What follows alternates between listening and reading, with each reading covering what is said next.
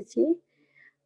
Today's topic is Sri Chaitanya Charitamrita Antya 8th chapter 38 onwards. Mataji, please, thank you so much, Mataji, for your association. Please take over the call, Mataji. Hey Krishna, thank you so much to all the organizers for giving me this opportunity to study the Chaitanya Charitamrita in more depth, especially this topic of how Sri Ramachandra Puri actually criticizes Lord Chaitanya. It's a lesson for myself in many ways as I'm trying to improve as a devotee. So please do feel free to chime in or share any of your questions or realizations at any points of time. We'll start with the Mangalacharan first. Om Ajnanaatimirandhasya Jnananjanashalakaya Chakshurunmilitam Yena Tasmai Shri Gurave Namaha. Namo Vishnupadaya Krishna Presthaya Bhutale Srimate Girirajaswamin Iti Namine. Namo Vishnupadaya Krishna Presthaya Bhutale Srimate Bhakti Vedanta Swaminiti Namine. Namaste Saraswate Deve Gauravani Pracharine Nirvishesha Shunyavadi Pashatya Deshatarine. Jai Shri Krishna Chaitanya Prabhu Nityananda Shri Advaita Gadadhara Shri Vasadi Gaura Bhakta Vrinda. Hare Krishna Krishna Krishna Hare Hare Hare Rama Rama Rama Hare Hare. So today we'll be continuing with Chaitanya Charitamrita, reading from verse number 8.38 from the Antya Leela, titled How Ramachandra Puri Criticizes Lord Chaitanya. So we can go with the verse and the translation. Ramchandra Puri आचे राहिला नीला चले विरक्त स्वभावा कभू रहे को न स्थले. Thus Ramachandra Puri stayed at Jagannath Puri. As is customary for those in the renounced order, he would sometimes stay someplace and then go away. Next verse. अनिमंत्रण भिक्षा करे नाही का निर्णया अन्येर भिक्षार स्थितिर लयेन निश्चया. There was no certainty of where Ramachandra Puri would take his meal, for he would do so even uninvited. Nevertheless, he was very particular about keeping account of how others were taking their meals. Verse 8.40. Prabhura nimantrane लागे कौड़ी चारी पर्णा काभू का शीश्वर गोविंद खाना टीना जाना. To invite Sri Chaitanya Mahaprabhu would cost 320 kaudis, small conch shells. This would provide lunch for 3 people, including Sri Chaitanya Mahaprabhu and sometimes Kashishvara and Govinda. Pratyah Prabhura Bhiksha iti utihaya keha yadi mulya ane chari parna nirnaya. Every day, the Lord would take his meal at a different place, and if someone was prepared to pay for a meal, the price was fixed at only 4 panyas. Panyas, I don't know how that's pronounced. Prabhura sthiti riti bhiksha shayana prayana Ramachandra Puri kare sarvanusandhana.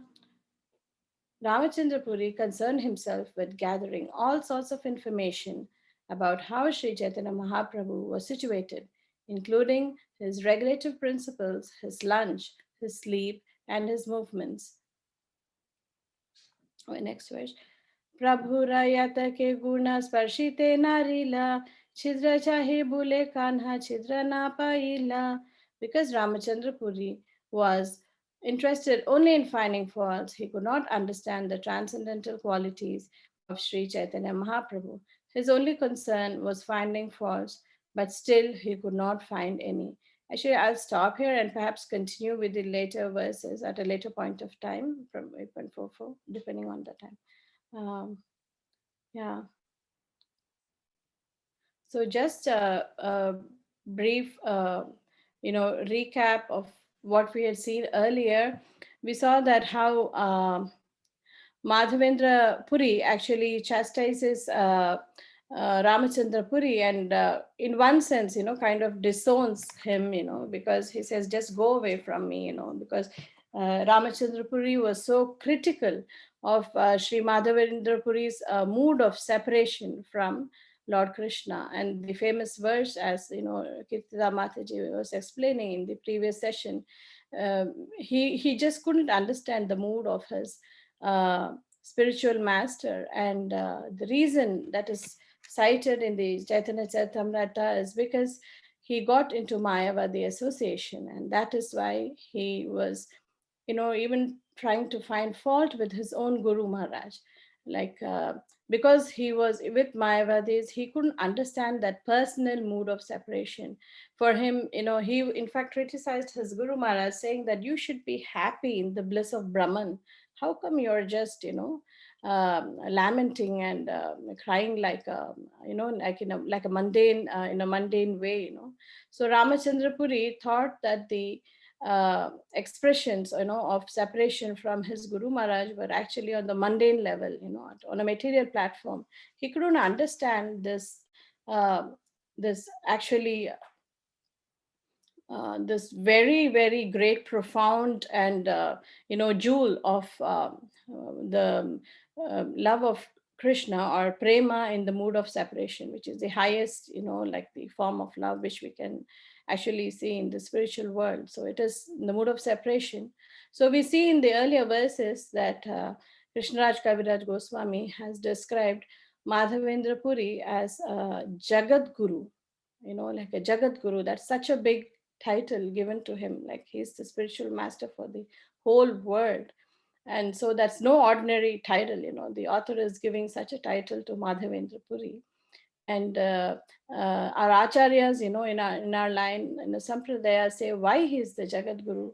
Because until such time, we knew about, Krishna's leelas and activities and so many other pastimes of Krishna, but this secret jewel of, um, uh, the Krishna prema, the highest goal of life, the Krishna prema and separation was never ever brought out to this world, and especially in such a time like Kali Yuga, it is, I mean, unfathomable, for us to even think. I mean, we can imagine, I mean, personally speaking, how unqualified we are to receive any kind of spiritual knowledge in this Kali Yuga, leave alone giving the highest, the most precious jewel. So Vishwanath Chakravarti Thakur, he actually describes this. He gives an analogy. It's like, a king who is intoxicated, how when he's intoxicated he just distributes his jewels, he opens up his treasury and just gives, his all his wealth, to everybody. He doesn't see who is there, who is qualified, or who is giving to, or what he's giving. He just takes, when he's intoxicated, he gives his precious jewels away. Like that, Sri Chaitanya Mahaprabhu is compared to, being intoxicated in the love of Krishna, and he's freely distributing this highest, this greatest truth of this mood of love and mood of separation, which we cannot even understand. I mean, but at least with the help of our acharyas, we can see how great it is that has been given away so, in one sense, so easily and so freely by Sri Chaitanya Mahaprabhu. So Sri Chaitanya Mahaprabhu is intoxicated. So the analogy is just like the king is intoxicated and he distributes his wealth freely. So similarly, Chaitanya Mahaprabhu is intoxicated in the love of Krishna, and he's giving it away so freely to everybody, irrespective of any qualification, or not seeing, what is any person's background or upbringing, or any such thing. I mean, so we have to understand that Madhavendra Puri was the one who actually sowed the seed, and uh, his disciple, Ishvara Puri, who served him so lovingly. We have also seen in the previous verses how he did personal seva for his Guru Maharaj. And so he had passed it on to Ishvara Puri, and through him, this tree of Chaitanya Mahaprabhu had blossomed, and the fruits the Chaitanya Mahaprabhu is giving away these fruits of Krishna Prema so easily, like a fruit laden tree. He's distributing it so freely in this Kali Yuga. So we have to consider ourselves very fortunate and blessed that we are even trying to read or trying to understand such a profound scripture by the mercy of Srila Prabhupada, that this is actually I was reading this lecture on the same topic by His Holiness Giriraj Swami, and he was saying that we cannot even imagine our fortune and how unqualified we are to even think on these terms, but it's purely by the mercy of Srila Prabhupada and all our acharyas that today we are having the fortune to even think that there is something like this. It is a very, very like precious jewel which has been just given away like that. So in that lecture, His Holiness Giriraj Swami, he describes, certain a couple of reasons um, um, as to why, the the lamentation or the kind of separation Madhavendra Puri was feeling was on the level of the gopis of Vrindavan, and why it should not be considered like a mundane or like a material longing of or material separation, like that. So he gives two reasons, and he says that when Krishna left Vrindavan for Mathura, all the residents of Vrindavan were plunged into deep separation. The separation of the gopis was the most intense because their attachment to Krishna was the most intense. None of the residents of Vrindavan had any interest in life other than Krishna and Krishna's service. So, still, comparatively, the gopis' love for Krishna was the greatest. And among the gopis, Srimati Radharani's love was the greatest. And that love reaches its most sublime heights in separation. In fact, the actual reason why Krishna left Vrindavan was to allow his devotees there to experience the highest ecstasy of love and separation. Uh, uh, in their separation, they actually meet Krishna, although externally they continue to express their separation. So, this mood of this Madhavendra Puri was exactly in this mood of this separation of, how the gopis were feeling separated from uh, Lord Krishna. This was the same mood Madhavendra Puri was actually exhibiting. And this is the seed he sowed, in his disciple Ishwar Puri, later on passed on to Sri Chaitanya Mahaprabhu. And this confidential verse, which was actually the Ai Dina Dayadra verse, which has been discussed earlier too, but this was, this could be misunderstood. That's what Maharaj says, that it could be misunderstood in a mundane way. But there are two, explanations which are actually given by Srila Vishwanath Chakravarti Thakur as to how, we can try to understand. So one may think that Madhavendra Puri, he was trying to meet Krishna because he was missing him, or because of some selfish, reason that he was missing Krishna, and the whatever benefits that come with it. But the acharyas say that even when the gopis, when they were separated from Krishna, the gopis missed him, but they did not miss him because they were missing him, but they missed him because they knew that they could give the ultimate pleasure to Lord Shri Krishna. And that's the reason they were missing, was because they didn't want to deprive Krishna of the pleasure of their meeting with him. So he says that this is one of the reasons, that it was not for their selfish pleasure that they missed Krishna. It was because they felt that Krishna would not get that pleasure of meeting with them, and they did not want to deprive the Lord of that pleasure. So that was their level. It was not that they were missing, or they had those feelings of separation, but they were only thinking in terms of Lord Krishna, how he would miss out on this rasa, because they wanted to give the ultimate pleasure uh, to Lord Krishna. And the other reason is, the gopis generally, they say, like, oh Krishna, come to us and satisfy our desires, like that. So this another explanation which is given is that the gopis are actually speaking in parokshavad, like they mean something, but the words coming out actually tend to sound the opposite. So here another reason the acharyas give is that the gopis actually, um, the analogy is given of a flame, like a candle flame or something. So when the flame is, protected and covered, the flame does not, flicker or waver like that. But when you take it out in the open, the wind may blow and the flame may actually blow out. So the gopis actually are also expressing this external mood of, as though they had some lusty desires, wherein actually they never had anything like that. It was pure prema, it was on the level of pure prema.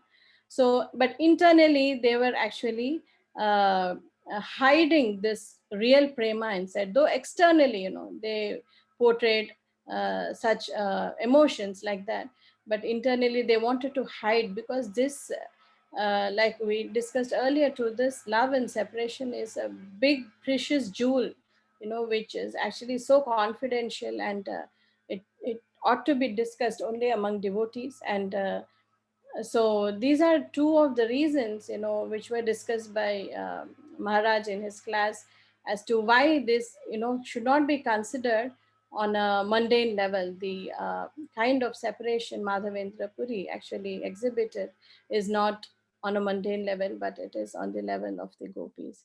And like we see Ramachandra Puri, because he was contaminated with the Mayavad philosophy, he could not understand these personal dealings of his Guru Maharaj, and he thought that he was just, lamenting like a mundane person, like in a mundane mode, like that.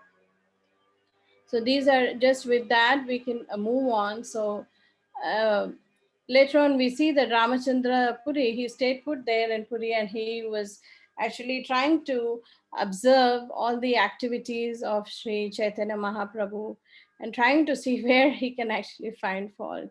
I mean, I don't know, on all levels that sounds like so,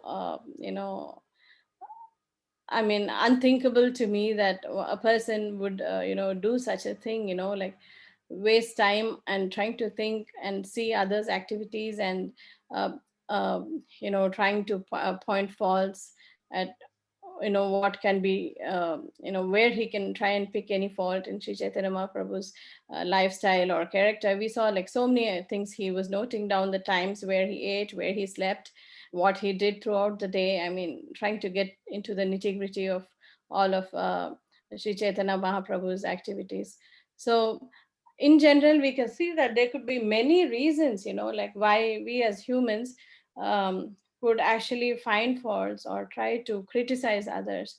So, few of the common reasons could be like, one would be to perhaps gain a sense of, superiority, like how Ramachandra Puri, he actually thought that, his guru didn't know any better, and he was lamenting like an ordinary person, like in the mundane, in the modes of material nature. He thought that he knew better about Brahman, and he was advising his guru that you should be happy in the bliss of Brahman. How come you're lamenting? So sometimes this kind of fault finding behavior may come out due to the sense of superiority, when we want to, impress our sense of superiority and say that, look, I am more knowledgeable than you. Then we tend to, pick and find faults in others behavior, so as to prove that, we are at a higher position than them. And then sometimes another reason could be because, we want to get back, we're hurt with somebody, and then we want to get back at them, as to, take revenge in one sense. So then we try to, pick faults with that person. Like this article in Back to Godhead, that Mataji was discussing, that some of the devotees, they take some kind of therapy. Maybe it's an extreme case of fault finding nature, that they took therapy for this nature they had, I mean, fault finding tendency. And one lady was always finding fault with her best friend, and and she didn't know why she was doing that, so she went for counseling. And then later on, this kind of a nature actually involves a lot of introspection at our own end. If we think we have that kind of a tendency, it is advised that we try to get to the root of the problem and see where we are getting that kind of a fault finding tendency in us from. Maybe it is some unrequited desire in us, something which is not fulfilled, that is causing us to you know exhibit this kind of behavior. So it is important, if we feel that it's getting too much beyond a point we're finding faults, that we should introspect and see why am I behaving like this. And so this lady, she went for counseling, and then she found that um, uh, there was some previous episode in where her she expected her friend would help her the most, like something to do with her family situation or something like that. And she expected the friend would help, but the friend did not come forward and help her. So she felt very kind of disheartened, and like she um, so from that point onwards, she was trying to find faults with her friend. Though she was very friendly with her and all that, the friend never understood that she was trying to find faults. But internally, that lady was trying to find faults with her friends, because she was kind of hurt that her friend did not, participate in some of her family event, or something which she expected her to do. So there are occasions, where somebody may be hurt, and we'll see another example down the line from Shastras where such a thing happens when somebody is hurt and they try to take revenge. So so this could be another reason where people, when they're hurt, they may try to find fault with the other person. And then another reason could be, when we try to impress on everybody that what I am saying is right. When we want to impress our own intentions or our own ideas on people, then what we tend to do is we tend to find fault with the other's idea, even though they may be right, but we just want to impress our own idea. So then we try to denounce whatever they're trying to say, and try to somewhere kind of find a fault and see where, like this example is given for this is that of Gopal Chakravarti. It's described in Chaitanya Charitamrita that he was a very handsome, learned man, and he was very proud of his knowledge and everything. And so when he met with Haridas Thakura, and Haridas Thakura, his Namacharya, and he was describing the glories of the holy name. So he said that even when the person actually relishes, or he reaches the level of Namabhas, in glory, the holy name is so potent that a person, even on the level of Namabhas, can be liberated. So this Gopal Chakravarti, he thought that this is absurd. I mean, he wanted to just, out of envy, he was trying to say, he was challenging Haridas Thakur, and he said that can you even prove such a thing, that somebody on a level of Namabhas can be liberated? Namabhas is the first ray of the pure Nama. Even like Namabhas is like a glimpse of the pure name. Maybe sometimes after chanting 1 million or 2 million or 3 million names, maybe we get one small taste, like a tinge of the name. That is like Namabhas, like a ray, like they say, just um, like a glimpse of the pure Shuddhanam. So that is Namabhas. So he was saying, even if a person is on that stage, he can be liberated. So this, what's his name? Yeah, this Gopal Chakravarti, he actually he challenged Haridas Thakur, and he said that if you cannot prove this, that Namabhas can liberate, I'm going to chop off your nose. That's how he challenged. And then what happened was, Haridas Thakur, we know the humble and the pure soul he was. And when he went away that same night, he actually developed leprosy. And then his nose, Gopal Chakravarti's nose, it actually fell off, like that. So we see this is another example, where he was so envious of Haridas Thakur's like a strong faith in the holy name of the Lord, that he challenged, and and he wanted to actually pick the fault and disprove. He wanted to disprove um Sri Haridas Thakur's words that Namabhas cannot lead one to liberation. He wanted to denounce. So that's why he was trying to say, he was in a challenging mood and trying to say that this is not possible. What you're talking is, not right. And he challenged that he would even chop off his nose. So we see this is another example where we see that, person, we may get into a challenging mood, sometimes to make our point across, and we may try to find fault. And we, like how this Gopal Chakravarti did not even understand that where what was Haridas Thakur's position, and he didn't understand the potency of even Namabhas, and he was trying to find fault with um, Haridas Thakur. So this is one another uh, one another reason. And another reason that we can commonly see where we tend to find faults is to hide our own faults. Sometimes you know when we kind of feel, like we first saw that when we want to establish a sense of superiority, when we have that, we tend to find faults and try to put down the other person. And then this is the other end of the spectrum, where we kind of feel inferior, and we feel unsure or insecure about our own shortcomings, and then we start try to find faults with other people. And there was this one example which was discussed also there in that article in Back to Godhead, where this there was another person who came to this counseling for fault finding nature. And and she would avoid, and talk very rudely and find fault with all devotees. And she didn't know why she was doing that. And later, after some counseling, and she realized that she was doing such a thing because she did not want to get close to devotees. Like, she was scared of getting close to anybody, having like a close relationship with anybody, with any of the devotees. So to avoid, to actually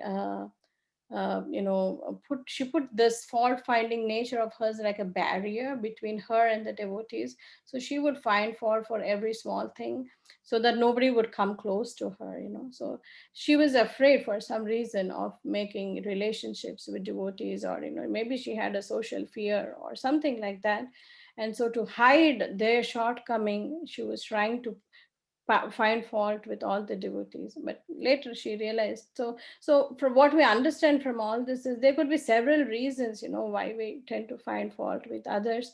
And if we feel that this is coming in the way of our life, in the way of our spiritual life, in the way of our sadhana, we need to make note of it, and perhaps discuss it with our counselor, or somebody, a confidant, with whom we can discuss and see what we can do, because it does help to understand where this problem is stemming from, and nip it at the bud. So, but if we are trying to superficially get rid of the problem, one another solution that's offered in the shastras is that, when we tend to get envious or this kind of fault finding mentality, then we should offer praises to the person. Sometimes it may not work, though we may be offering praises and that way, but internally our heart may not be getting purified. So it is good to work on what is lacking on our own end, and try to find out some reason to see where uh, where we are getting this kind of tendency from, and work on that. So we'll move on. Yeah, this is another example, of fault finding tendency in the Chaitanya Charitamrita. That is, I mean, the whole class is going to be a lot of pastimes. That's how I prepared, because there's so many lessons to be learned from the pastimes. So we see in Chaitanya Charitamrita that Amogha, he was the son-in-law of Sarvabhaum Bhattacharya. And when Sarvabhaum Bhattacharya used to serve Sri Chaitanya Mahaprabhu, he was very critical, like of how of whatever Sri Chaitanya Mahaprabhu was doing, when he went to Sarva's place for lunch and other things. So he was very critical of Sri Chaitanya Mahaprabhu's nature. So we know that how Sarvabhauma Prabhu, Sarvabhauma Bhattacharya, he actually cursed him, and he got cholera, if I'm right. He was struck with cholera, I think. And then Chaitanya Mahaprabhu, he took mercy on him, and he actually went and put his hand on the heart of Amogha and told, "Where have you got all these impurities, this envy in your heart from? You should remove this kind of envy from your heart, and then you will be able to relish this pure love." So, so we see in this instance how Sri Chaitanya Mahaprabhu took action, even in the case of Gopal Chakravarti. We see that later on Gopal Chakravarti realized his folly, and he started serving the devotees, and he understood the importance of the holy name, like that, and he started serving the devotees. And Chaitanya Mahaprabhu, he saw the change in heart of Gopal Chakravarti, and he granted him the love of Godhead. So similarly with Amogha, Chaitanya Mahaprabhu, he actually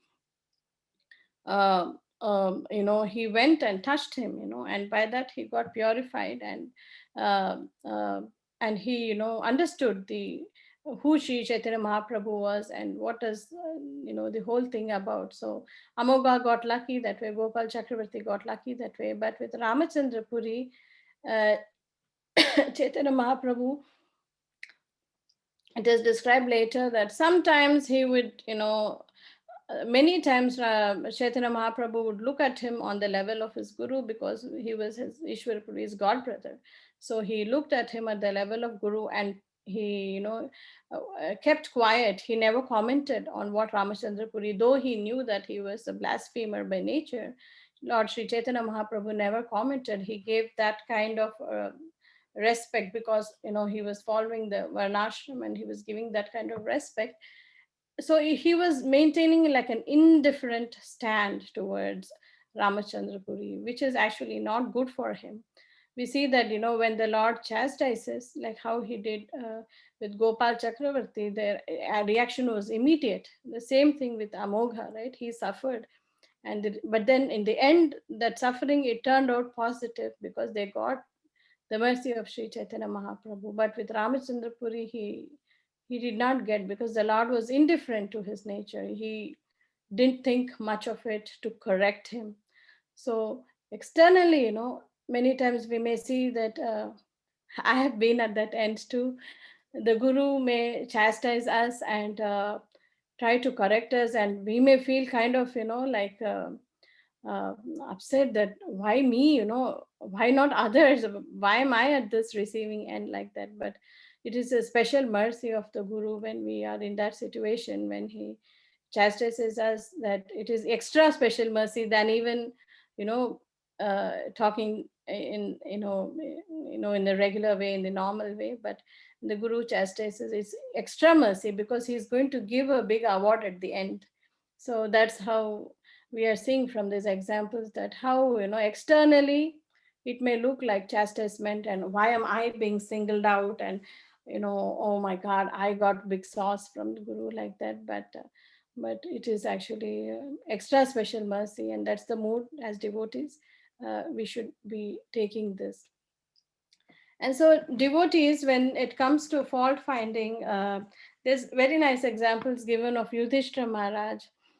How Yudhishthira, when in the first canto of Srimad Bhagavatam, when Dhritarashtra, actually, when Vidura comes and talks to Dhritarashtra, and he uses very strong, choice words for Dhritarashtra. He calls him like a dog, staying at the house of Yudhishthira when his sons are no more. He's saying, "You're like a dog staying there, eating the food, what they're giving." So Dhritarashtra goes away, he tries to do some penance to actually, get rid of his bad karma.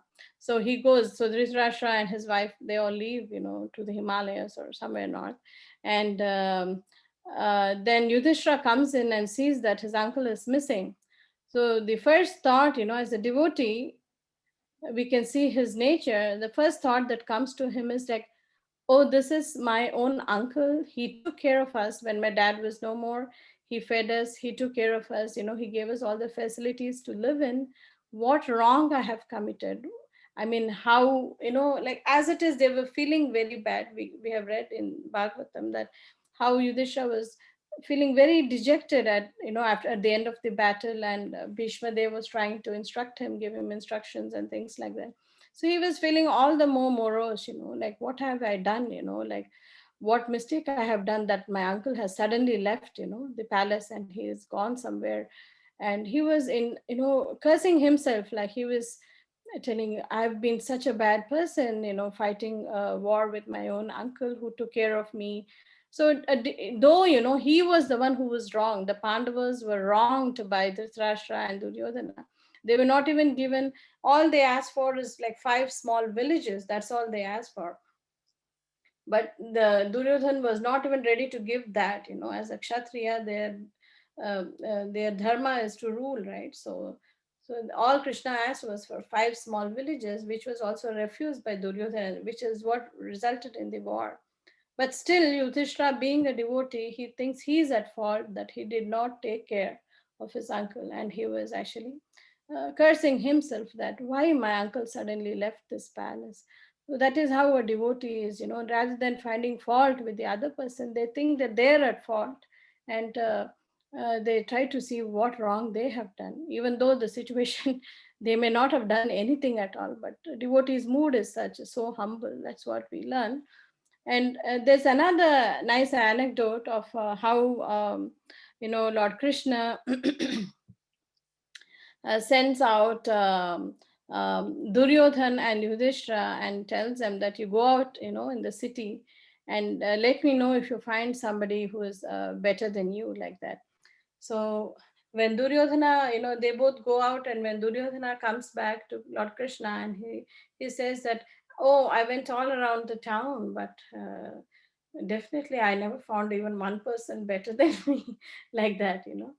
But when Yudhishthira comes back, and he comes back with the answer, and he says that everybody around me is so good, I feel so fallen, and I feel absolutely worthless, like that.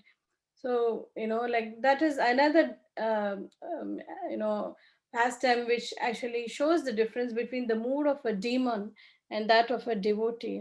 In Bhagavad Gita, in the 16th chapter, where this the divine and demoniac nature is discussed, this quality of not fault finding, apaishunam, is discussed.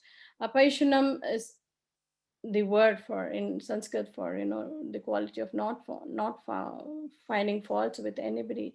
So these demons, they generally, the demoniac nature is such that they want to find faults. Like these asuras, they always wanted to find faults with the devas and try to trap them and win over them in battle.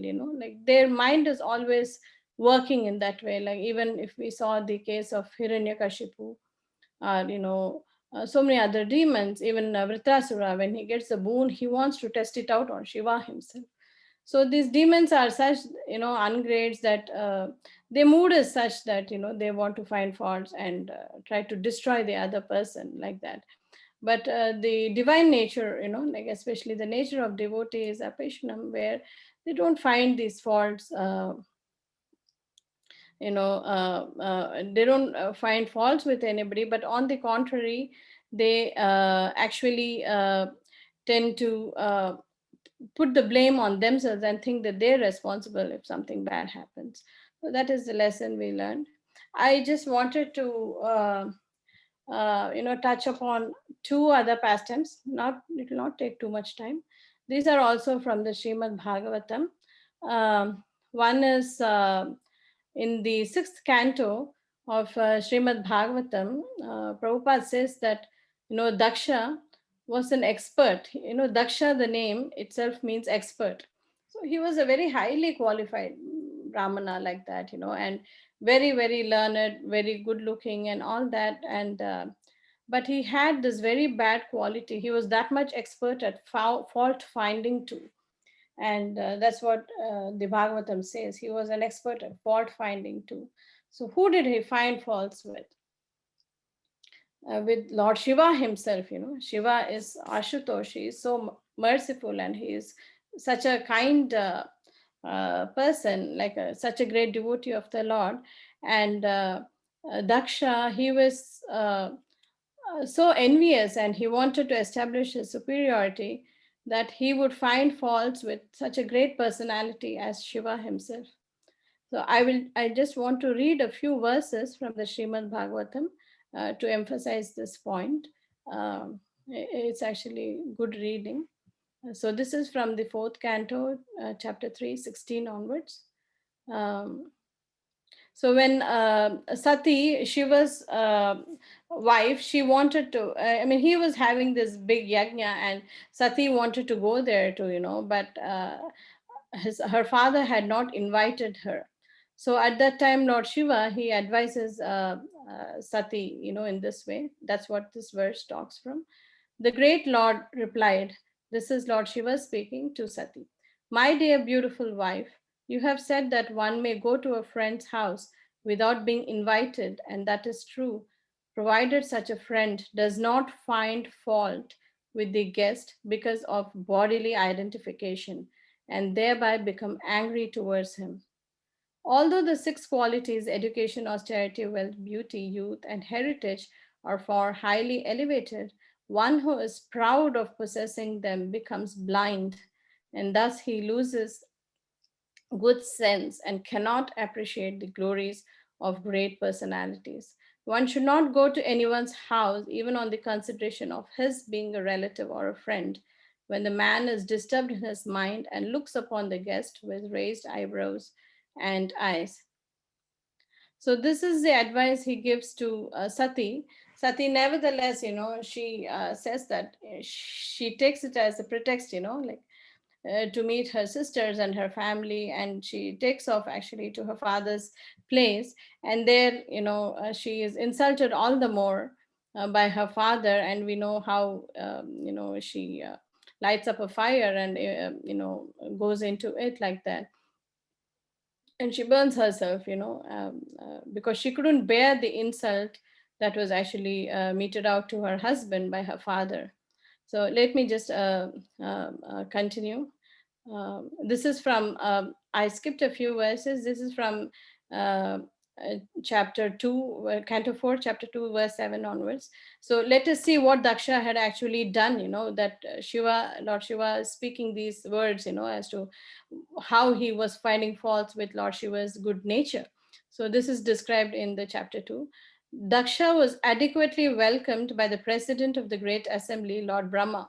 After offering Lord Brahma respect, Daksha, by the order of Brahma, properly took his seat. Before taking his seat, however, Daksha was very much offended to see Lord Shiva sitting and not showing him any respect. At that time, Daksha became greatly angry, and his eyes glowing, he began to speak very strongly against Lord Shiva. So he uses very, very choice words to insult and find faults with Lord Shiva. And I mean, this is a lesson for us to see how we should not react, in such situations. All sages, brahmanas, and fire gods present, please hear me with attention, for I speak about the manners of gentle persons. I do not speak out of ignorance or envy. This is what Daksha claims. Shiva has spoiled the name and fame of the governors of the universe and has polluted the path of gentle manners. Because he is shameless, he does not know how to act. He has already accepted himself as my subordinate by marrying my daughter in the presence of fire and brahmanas. So, Daksha, we see he has this superior kind of, he's trying to find faults because he wants to establish his superior nature. He has married my daughter, who is equal to Gayatri, and has pretended to be just like an honest person. Now he's calling him a liar. He has eyes like a monkey's, yet he has married my daughter, whose eyes are just like those of a deer club. I mean, look at his audacity, the kind of words he's using. Nevertheless, he did not stand up to receive me, nor did he think it fit to welcome me with sweet words. I had no desire to give my daughter to this person who has broken all rules of civility. Because of not observing the required rules and regulations, he is impure. But I was obliged to hand over my daughter to him, just as one teaches the message of the Vedas to a Shudra. He lives in filthy places like crematoriums, and his companions are ghost sentiments. So, on the request of Lord Brahma, I handed over my chaste daughter to him, although he is devoid of all cleanliness and his heart is filled with nasty things. So we see how, this Daksha was actually trying to find faults with Lord Shiva just based on, the outward, the material body, on a bodily, very, very bodily platform. He was trying to find fault with Shiva. And that's why when we read earlier, Shiva tells Sati that, a person who is trying to find faults on this bodily level, you should not be actually even stepping foot in the house of such a person, that where you feel kind of unwelcomed, where when you feel that you're not welcome, it's advisable not to go to such a person's house, even though it may be your own family, like in this case it is her own father. But still Sati, she Sati still, she just goes ahead because, of her familial bonding, she has. So she goes ahead, and there, her own father Daksha does not welcome her, he ignores her. And she sees that there is no sacrificial offering made for her husband Shiva, and she gets very angry, and that's where she puts herself into flames and burns herself. So we know that. So this is another example of how fault finding can happen when we want to prove ourselves superior, and um, we try to pick everything. So the example we see from Daksha is that Lord Shiva has, infinite good qualities. He is so merciful to even the ghosts and demons, the people, the souls who don't even have a body, like that. He is so merciful to people who are in that mode of ignorance. He is trying to bring them up and, take them closer to Krishna. But Daksha never saw any of these qualities, and he lives, in such austere conditions. Lord Shiva, he lives, with his matted hair and all those things, so austere. It is not that he's in a mode of ignorance or something. It's just that he is always meditating on the supreme personality of Godhead, and he doesn't care for these external appearances or anything like that. So he Daksha never understood the greatness of Lord Shiva's merciful nature, and his such a detached nature Lord Shiva has. He never understood, and he was trying to insult him based on this, bodily identification. He was trying to say that he's so unclean, he's so this, he's so that, he looks like this. And so this can also happen, when we are more in the material mode of, bodily identification. Sometimes we may not be able to appreciate devotees who may not be, physically appealing like that. So this is another thing we should be very wary of, and not go by physical appearances or anything like that. Prabhupada, there was this one particular anecdote also, with which happened during Prabhupada's times. And um, yeah, wherein I think it was Gopi Parandan Prabhu, or who, no, the Kush, what was his name? Kushakrita Prabhu, right? Yeah, he was a great scholar, but he was very simple in the way he was. And, I think it was Kushakrita Prabhu. Yeah. Forgive me if I get the names missed. I'm so bad with the names. So he was actually, a great scholar, but by appearances, the devotees couldn't make that, he was a great scholar like that, and they were complaining to Srila Prabhupada. He said, "Why don't you just tolerate him?" And later, he became this great Sanskrit scholar who translated so many books and things like that. So by external appearances, many times we may not be able to, understand the worth of devotees, and we may tend to find faults just based on appearance. So this is another lesson we learn from Bhagavatam, that how we should not go by external appearances. And now comes for the last part, how Ramachandra Puri, he was trying to observe each and every action of Sri Chaitanya Mahaprabhu, so that he could actually pick fault, in whatever Sri Chaitanya Mahaprabhu was doing. So this another pastime Uh, yeah, this another pastime which happens is that of Diti. Diti, she is actually upset with Indra because she's lost both her sons, Hiranyaksha and Hiranyakashipu, and she feels Indra, because of Indra. Naturally, Diti is the mother of all these demons, Daityas, yeah, and then Daityas, and then Aditi is the mother of all the demigods, and the Danavas. So they are actually at war with each other all the time. So Diti feels that somehow or other she must take revenge on Indra, because she feels that because of Indra, at Indra's request, Lord Vishnu helped him, and that's how both her sons died. So she wants to somehow get back at Indra. So she actually behaves in a very, very pleasing way towards her husband Kashyapa, and serves him nicely and talks very sweetly and tries to get him in a great mood, so that he'll accept whatever request she has. So Kashyapa also falls prey to this, and then he's like, okay, my dear wife, you're serving me so beautifully, and you're doing things so nicely, so what can I do for you? So then she lets out the actual truth, that why she was behaving that way.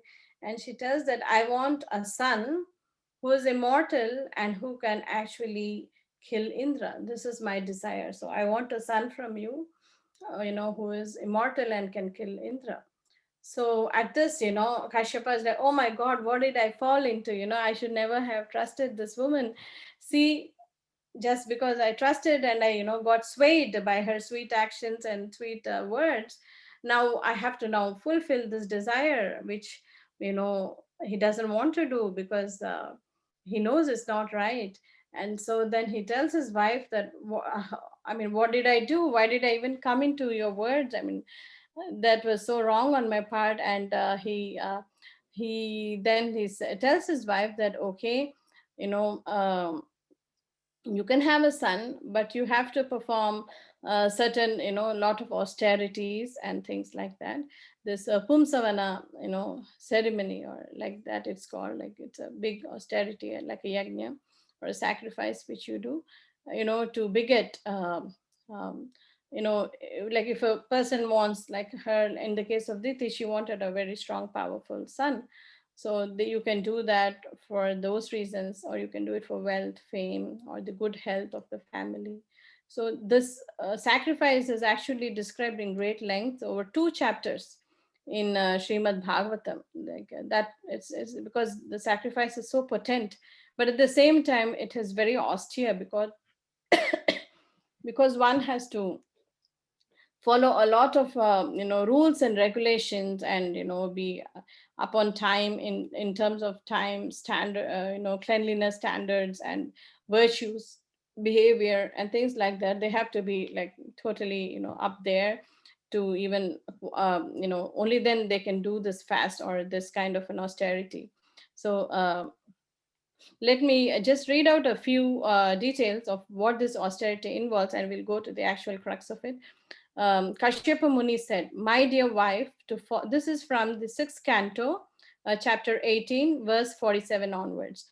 Kashyapa Muni said, my dear wife, to follow this vow, do not be violent or cause harm to anyone. Do not curse anyone. Do not speak lies. Do not cut your nails and hair.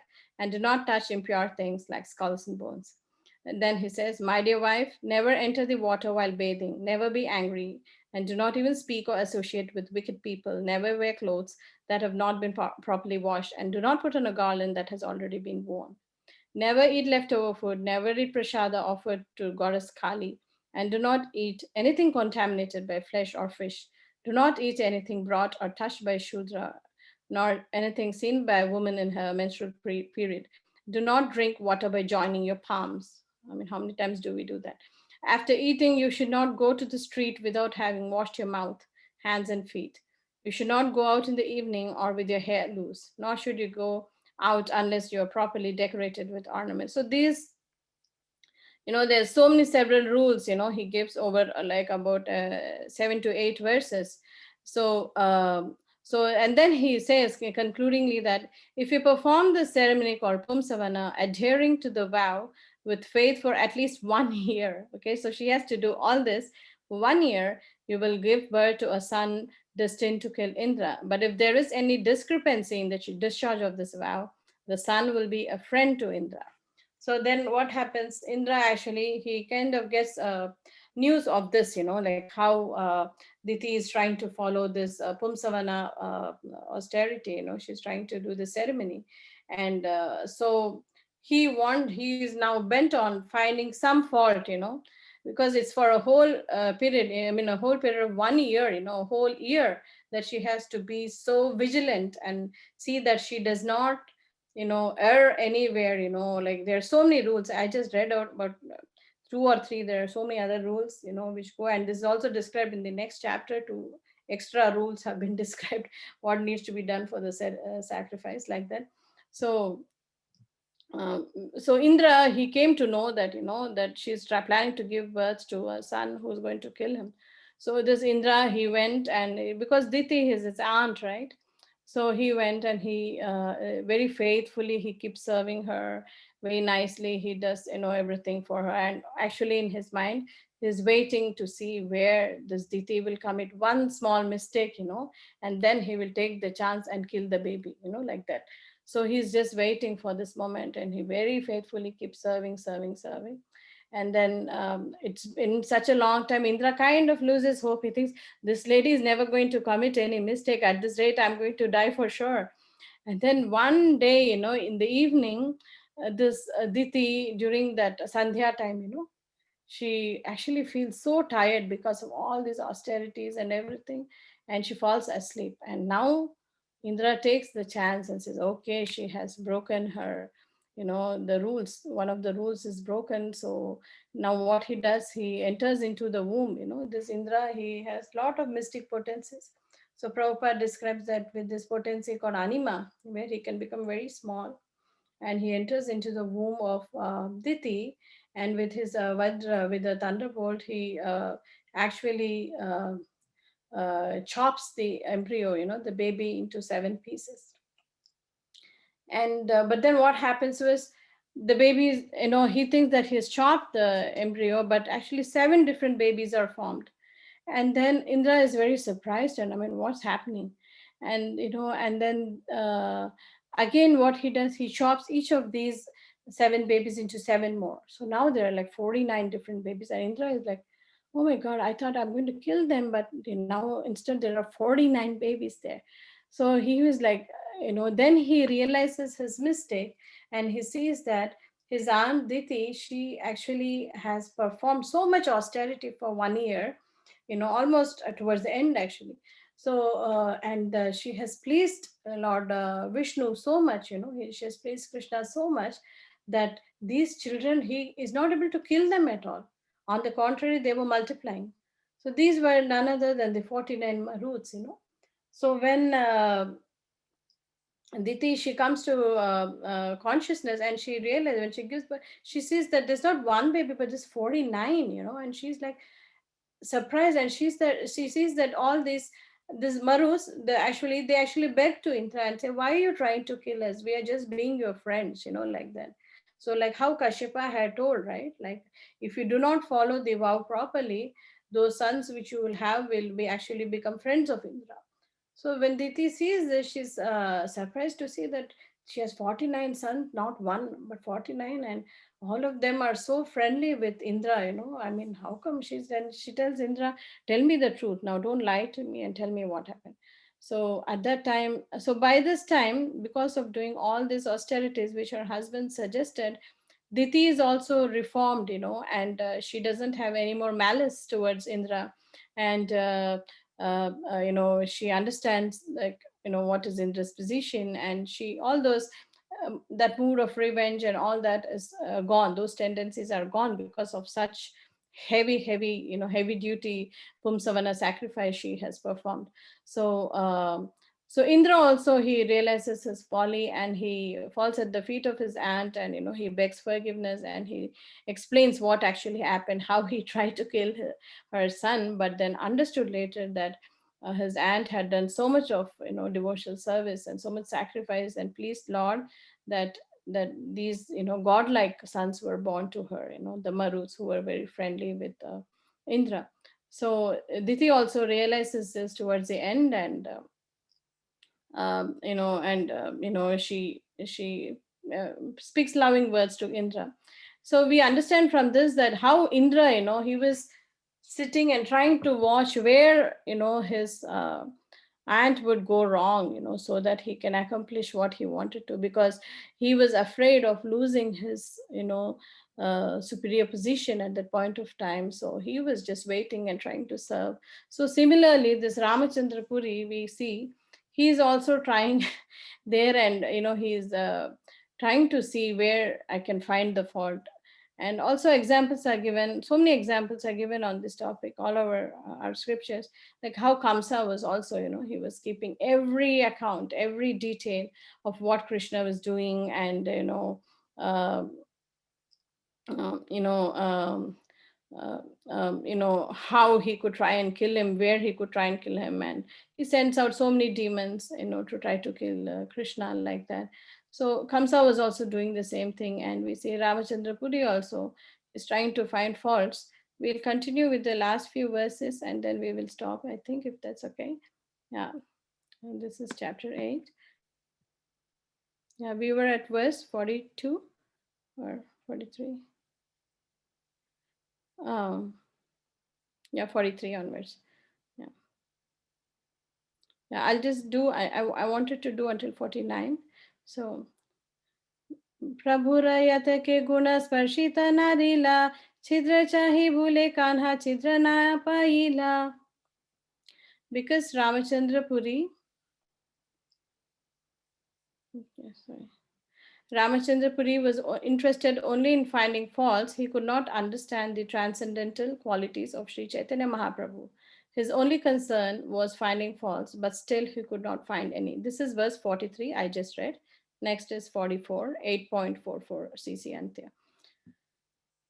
सन्यासी हान्या करे मिष्ठाना भक्षाना ए भोगे haya kaiche indriya varana. At last he found a fault. How can a person in the renounced order eat so many sweetmeats?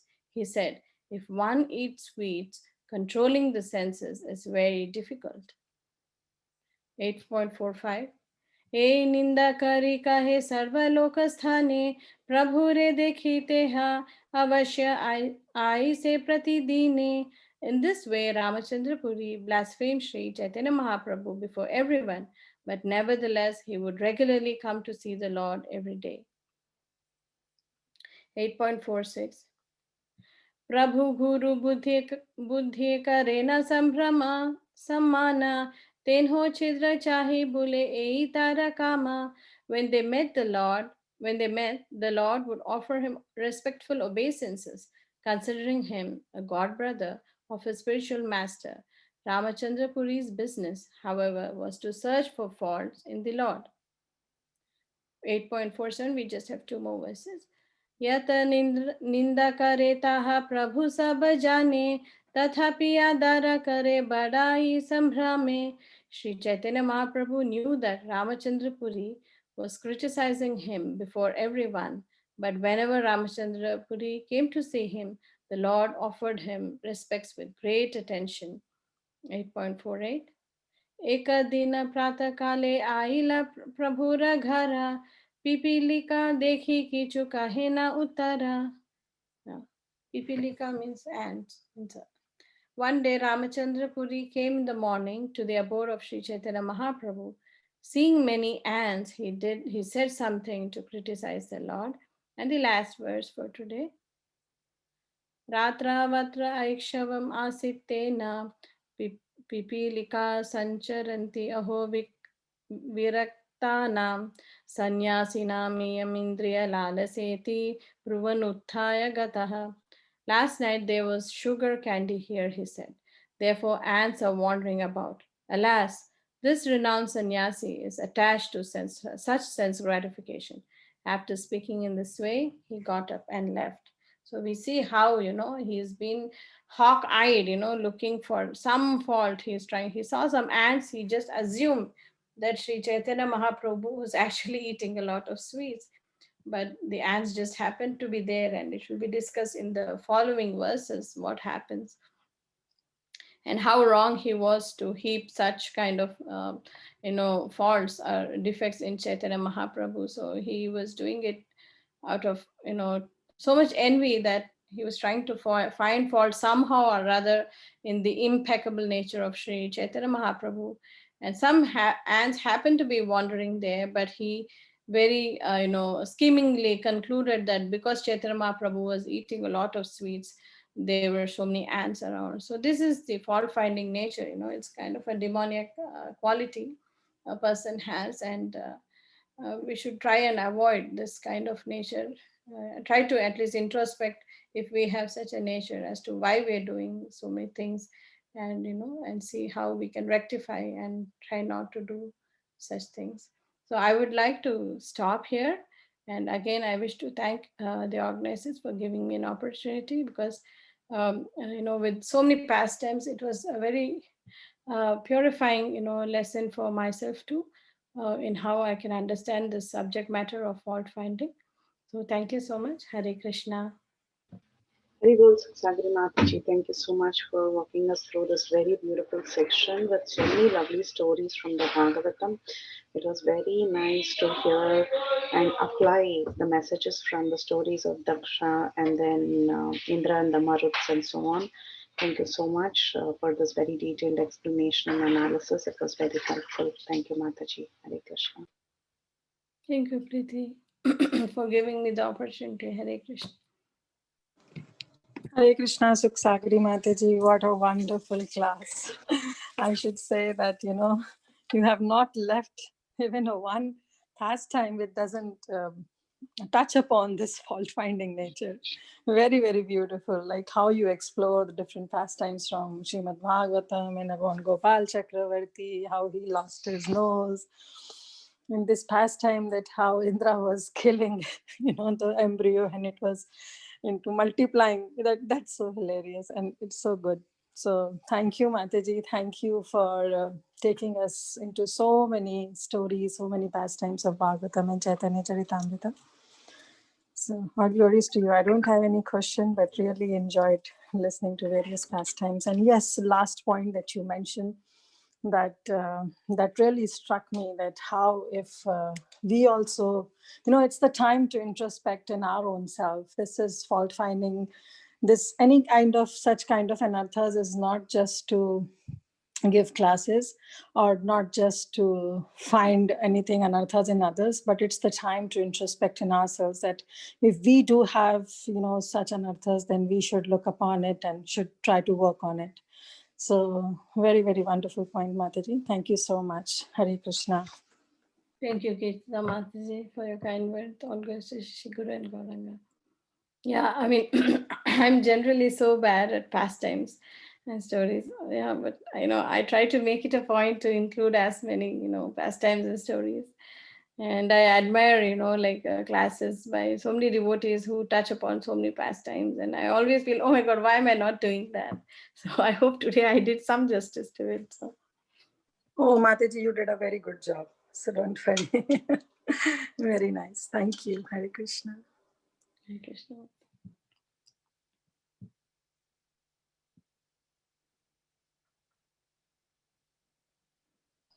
Hare Krishna Mataji, wonderful, wonderful class, beautiful class, and so many analogies and so many stories you shared. And it's really wonderful to listen. Like I'll be listening to it again. Very nice, Mataji. Hare Krishna. Thank you, Mataji, for your kind words of encouragement. Hare Krishna.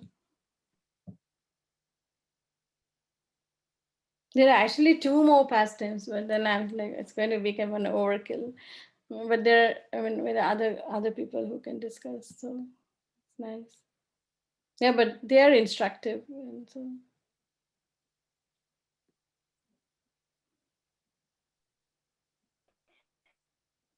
Mataji, why don't you share them?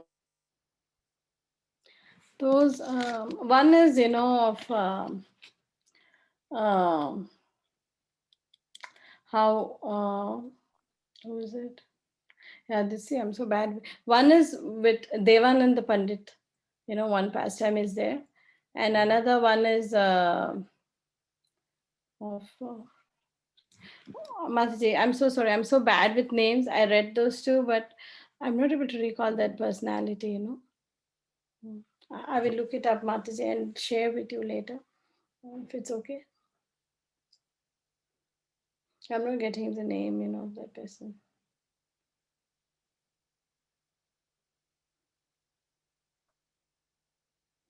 Yeah, Sure, he Mataji, no then worries. yeah he then goes, serves. He serves Vakreshwar Pandit. That one pastime is there. Um, yeah, I'm so sorry, Mataji. I'm so bad with names. I cannot remember the names of the person. I just know the pastime, but it'll sound better with the name. So I want to maybe read and maybe share some other time if okay, Mataji.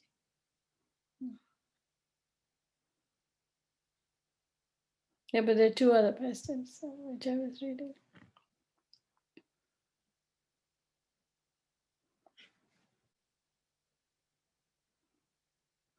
Vinita Mataji. Yeah, Mataji. I don't know if there are more questions or any Yeah, comments. any other questions or comments? Hare Krishna Mataji. Hare Krishna. Okay, thank you Mataji for such a wonderful class. Mataji, I had only one question. Mataji, the pastimes you compared about Gopal Chakravarti and Ramachandra Puri. So I think I missed the part, but I wanted to ask is, Gopal Chakravarti, he received the mercy at the end. You mentioned that, Mataji, that he changed and he got the Krishna Prema from Mahaprabhu. So why was Ramachandra Puri was not fortunate to get it? Is it he did not change, or can you please explain out that, Mataji? I'm outside, so I think I missed that part. Sorry. No worries, Mata. Thanks for the nice way. In fact, I was also looking, what would happen to Ramachandra Puri in the end. I tried to look and I couldn't find much details. Maybe other devotees on the call, they know better. But yeah, this much I read in Chaitanya Charitamrita that Chaitanya Mahaprabhu, like in the future verses, where we'll be going through, Chaitanya Mahaprabhu, he expressed an indifferent attitude towards Ramachandra. He was not trying to correct him, or he was, like, he just couldn't care less, so that is not good, right? I mean, the others, the Lord was angry, so, and they got the punishment they suffered, like he got an attack of leprosy like that, and Amogha, he was down with cholera, and then, Chaitanya Mahaprabhu granted them mercy. But with Ramachandra Puri, there's no such thing mentioned. Chaitanya Prabhu never tried to reform him or correct him or, change him. So that is even a worse position to be in, than to be getting chastised by the Lord. Because at least when you get chastised, you have hope later, by like, you know, uh,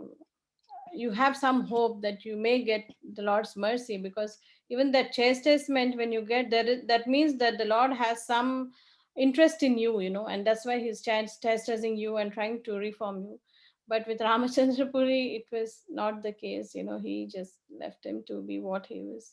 So that's the details I found from Chaitanya Charitamrita, Mataji. But I don't know, maybe there is more details given elsewhere about what happened later on. But as far as I read, Chaitanya Mahaprabhu was indifferent to Ramachandra. He didn't try to correct him, he didn't try to chastise him, he just couldn't care less. So that's what happened with Ramachandra.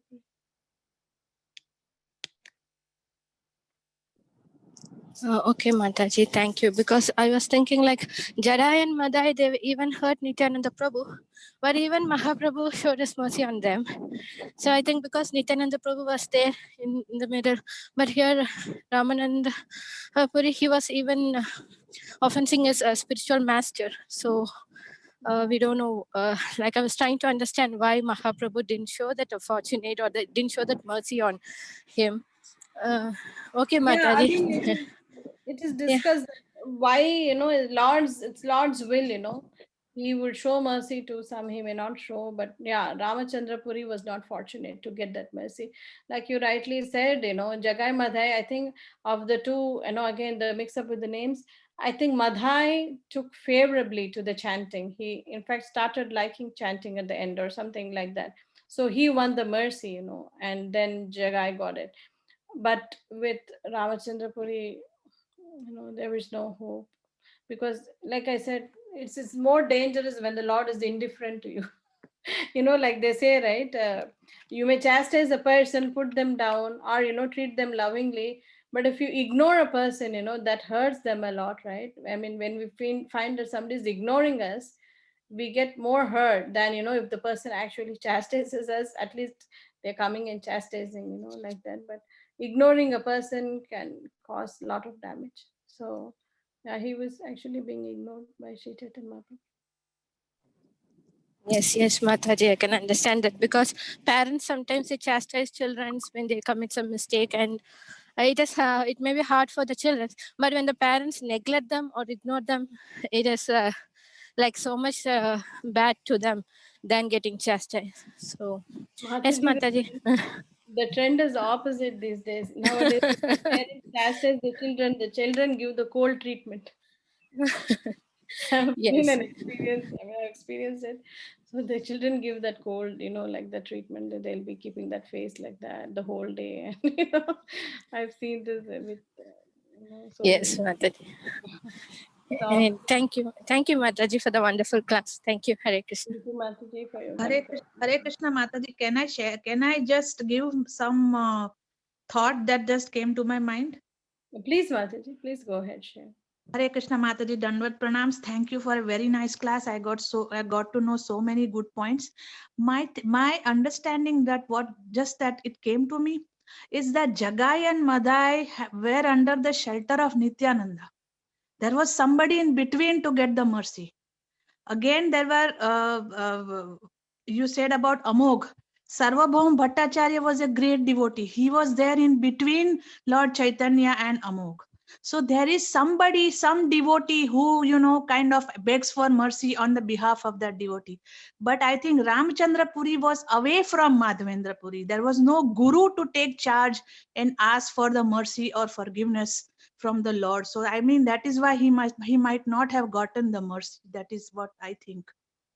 Sure, I don't know Mataji. if Thank I'm you. right, but I just got that thought. So I thought let me ask you people if it might be true or not. Mataji, that could be a right conclusion or realization.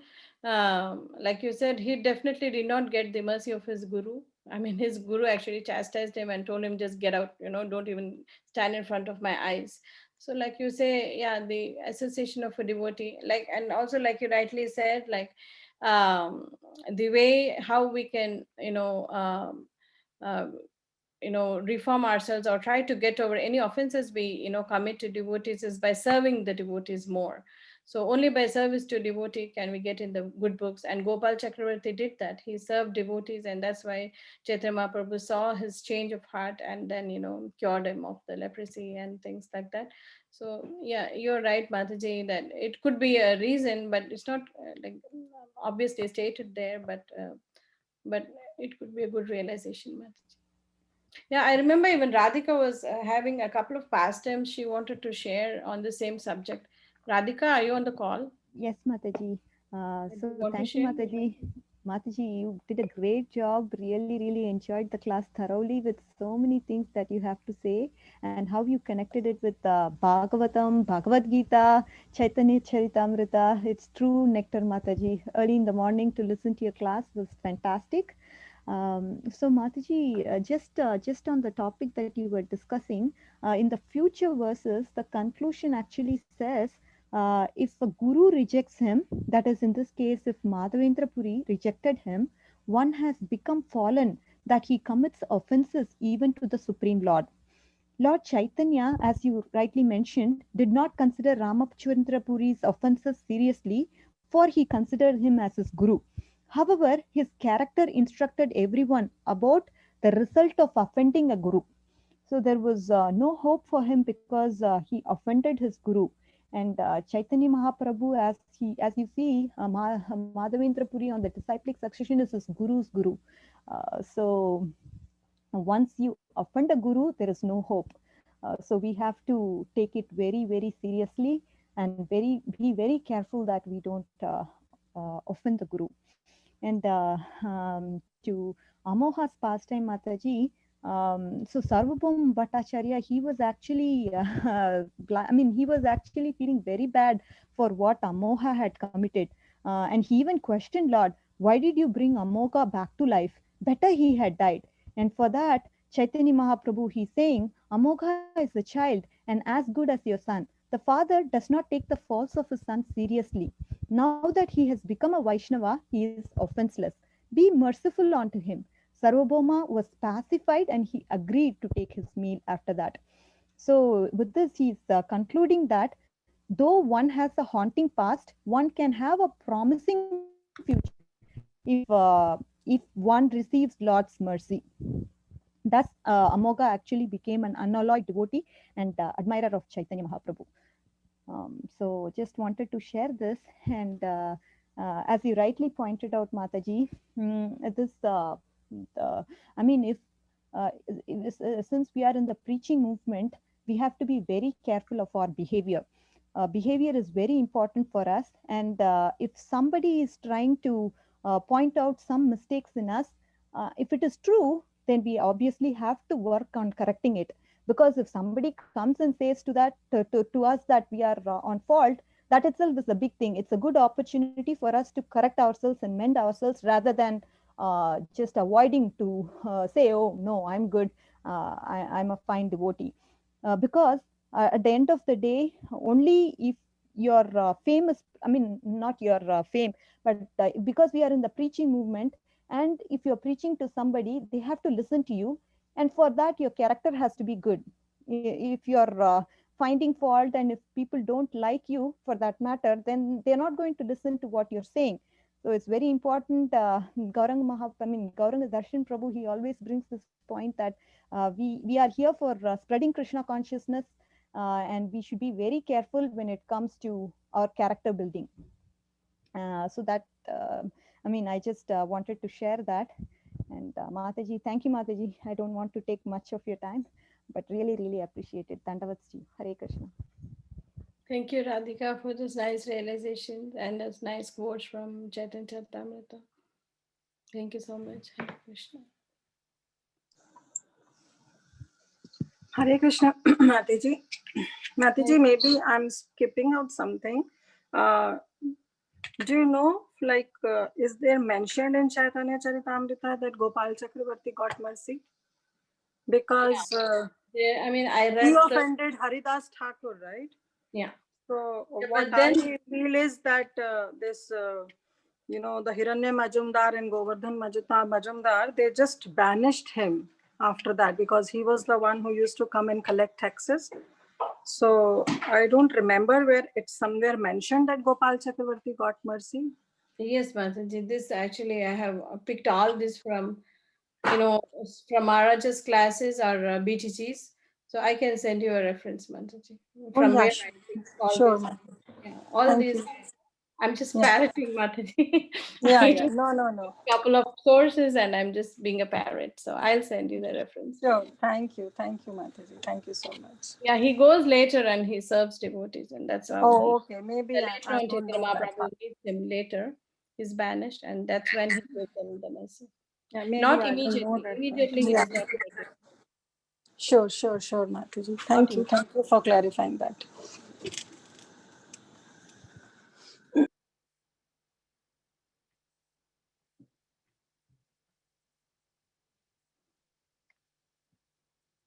Hare Krishna Mataji, Dandvat Pranam, Srila Prabhupada, Srila Gurudev ki jai. A very, very inspiring class, Mataji, as usual, Mataji. Mataji, yesterday we hearing at G. Amendra Prabhuji's class. So he sing such a nice Sisi Nityananda Shachit Gauranga bhajan. I don't remember but I will share that. Can you please teach us that bhajan? Sure, Mataji. Thank you for considering me for this seva. I will please share the link with me. I would like to learn also, Mataji. Thank you so much. Ha Mataji. Hari Hari Gauranga. Hare Krishna, Mataji.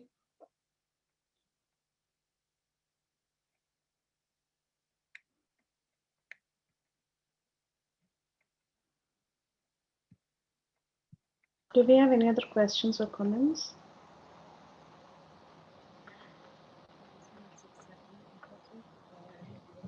Thank you so much again, Sakari Mataji, for such a beautiful session and very wonderful Somebody question. is saying something, Kriti. I don't know, very low Yeah. volume.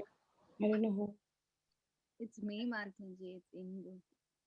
Oh, yeah, we're not able to hear you too well, Indu. Sorry, Preeti, to interrupt you, but I thought I heard somebody's faint voice.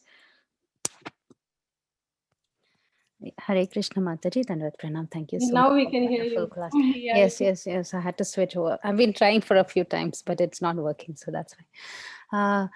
Thank you for the wonderful class, Mataji. I mean, so many things to actually think of and work on, even for me in my life. Mataji, so can I ask you on the significance of Chaitanya Mahaprabhu is constantly paying his obeisances and he gives due respect to Ramchandra Puri. uh, s- I was just trying to understand, how does that, because we always, the first thing that we are taught is we need to first pay our obeisances to the other person. So when we are doing that, it shows respect, a kind of a mutual respect to each other, right?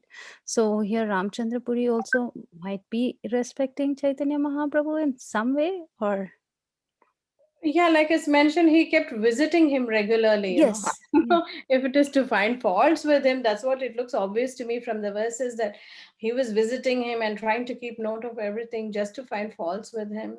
But for whatever reason, he was trying to associate with Chaitanya Mahaprabhu. So yeah, my question is, would that help with his purification process in any way? Because over here, his association is directly with the Lord.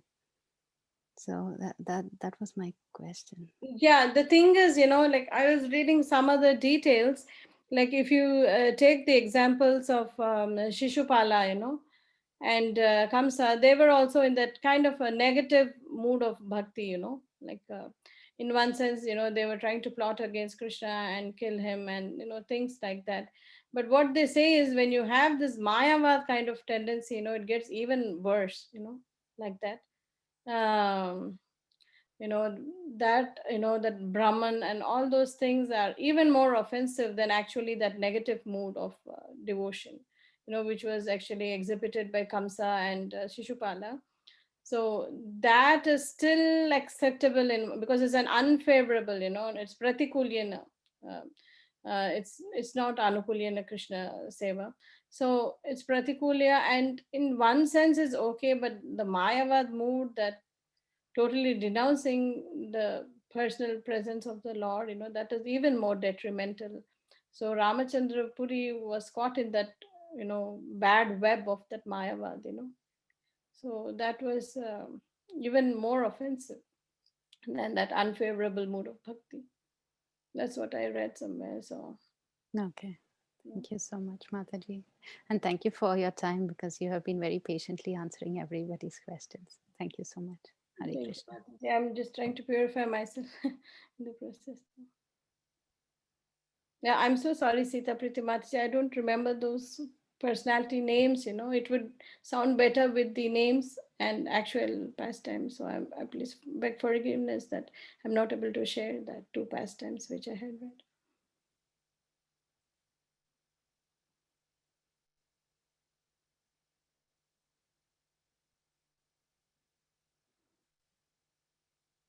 Priti? Thank you so much, Mataji, again, and thank you for the very beautiful question answer session. We learned a lot through that too. So, if there are no other questions, we can now end the call. Vancha kalpatarubhyascha kripa sindhubhyai vacha patitanam pavanebhyo vaishnavebhyo namo namaha Ananta Koti Vaishnav Vrinda ki jai, Shri Prabhupada ki jai, Shri Chaitanya Charitamrita ki jai, की Shri जय Sakari Mataji जी ki की Jai, जय Jai, Jai, Jai. Jai, Jai. Hare Krishna.